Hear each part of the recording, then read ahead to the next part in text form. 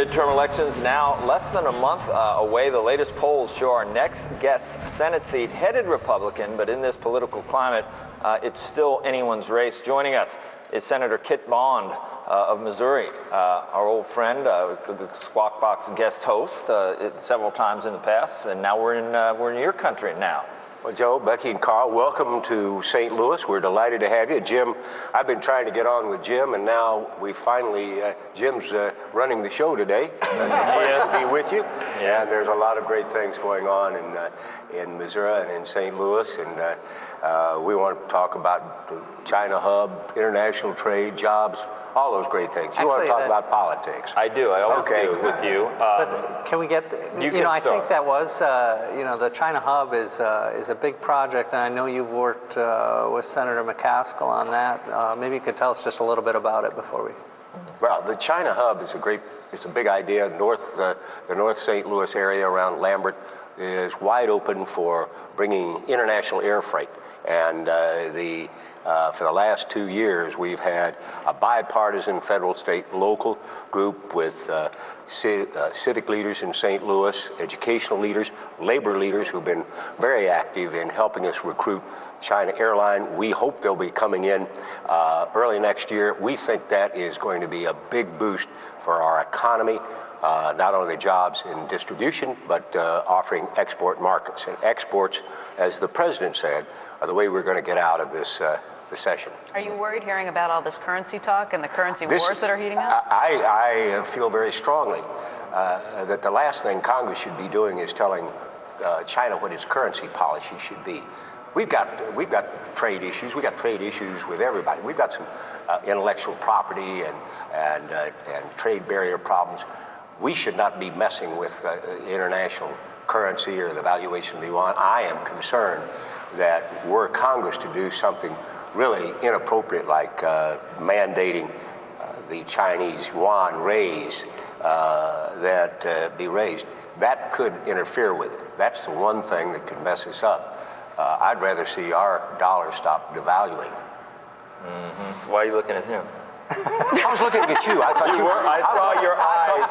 Your eyes left me and went to him. I was looking at you. I thought you're probably. Well, first you were looking at Becky, if you want to know the truth. So. Of course. That's I asked the question. That's why. Hey, Joe, why do you think the dollar would only go up? Yeah, that's right. Why do you think we tune in the morning? Okay. Missouri stayed red, right, in the last election, unlike my home state, Ohio, which somehow I worked very hard for John McCain, and frankly, Sarah Palin helped us, and the Bond organization helped pull us over by just a hair. Right. First time we hadn't gone with the winner in a long time, but we worked hard, and we'll be working hard again this year. I bet you. That's why I was going to say, is the elections still close, though, for your seat? Some of the polls recently, Rasmussen has Roy Blunt up 8. I think CNN has him up 13. But there has been a tremendous amount of money spent in this race against Roy, and it's all negative. Roy is talking about the issues. The outside groups are coming in and saying Roy is ugly. And he's not ugly, but I think that the voters of Missouri are more interested in hearing where Roy stands on the issues.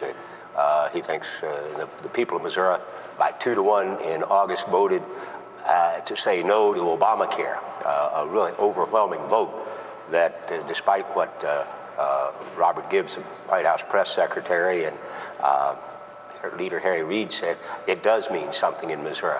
They are fired up. And Roy's on the right side. It's been suggested that Republicans peaked early, that as the market has climbed over the past few weeks, some of the generic polls, that it might be closer than some think. You think that's true? I think that as long as the policies continue out of Washington, about 3 months ago, I had a conversation with Rahm Emanuel. He was asking a favor. He said, how are things in Missouri? I said, they're all fired up. And he said, well, we're here to help. What can we do? I said, Rahm, just keep doing what you've been doing. And they have been. And it keeps the voters continue to be fired up. I see no slacking in their intensity to make a change.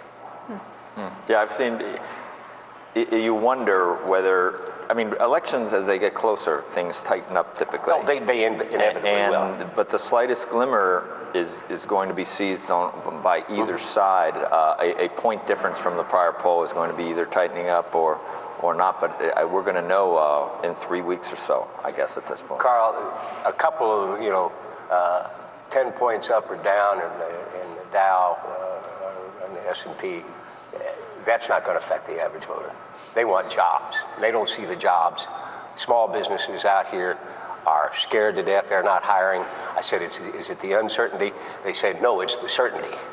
We've seen what Obamacare will do to us. We're afraid of the tax increases. We don't like what's going to happen with all the spending. And they hadn't even, at that time, had not even seen the full impact of the FinReg bill, which I'm afraid is going to make credit much more difficult. Senator, well, we've got the jobs number coming yes, up. We do. How important is this jobs number? I don't think the job report are not nearly as important as what we're seeing. And we're seeing small businesses not hiring. A number of major businesses here are just saying, we are not going to bring on any new positions in the United States. Did Missouri benefit from the $845 billion, or because you stayed red, you didn't get a nickel? How did it go out here? Did you see any effect? How many jobs were saved?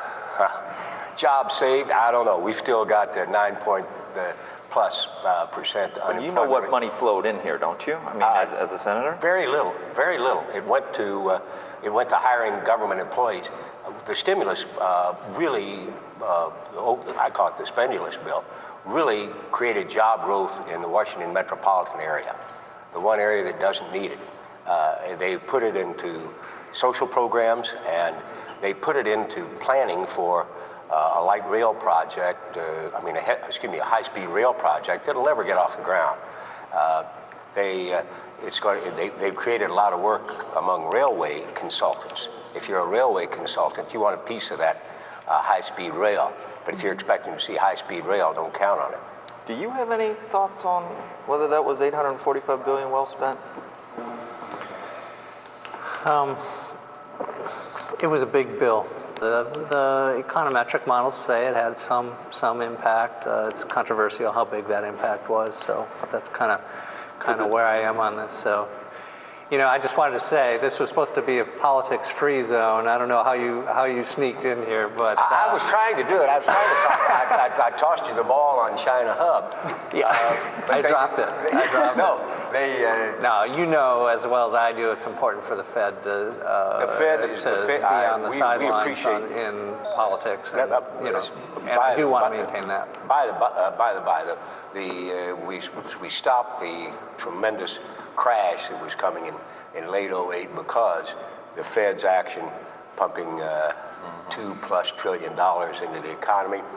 Even the TARP, as it was originally proposed and implemented, and I supported, helped shut down some of the banks that should be shut down. I have a personal disagreement with the way the TARP was used after that, but we're delighted and pleased that we have two Fed Reserve operations, one in St. Louis and one in Kansas City. It's very important that we have the Federal Reserve be the bank of all America, not just Wall Street. So that was a big battle that we had to fight successfully.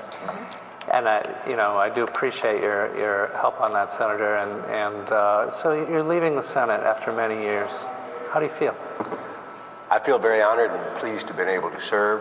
I spent 40 years serving the people of Missouri. I believe it's time for me to step aside, or my mother told me a quarter of a century ago, it's time to get out of government and get a real job. So I'm looking forward to trying to help and work on some of these things that people of Missouri have been doing on the outside, and see if we can continue to help create jobs here and a healthy economy and a healthy state. Senator, thank you very much. Thanks so much for coming out. We are absolutely honored and pleased to have you. And Jim, you provide a good breakfast for us, as well as great... we do what we can. Great monetary leadership. Thank you, Senator. Thanks very much.